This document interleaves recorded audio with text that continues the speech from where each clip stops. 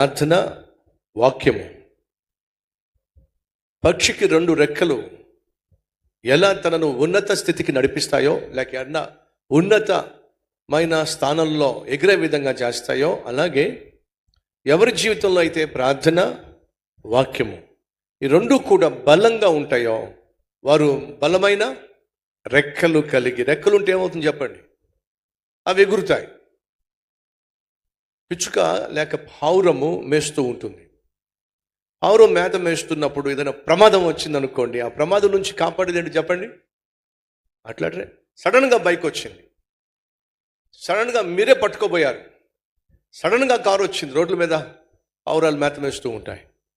సడన్గా కారు వచ్చినా, సడన్గా బైక్ వచ్చినా, సడన్గా కుక్క వచ్చి మీద పడే ప్రయత్నం చేసినా పావురమును కాపాడేంటి చెప్పండి? ఎడి చెప్పండి?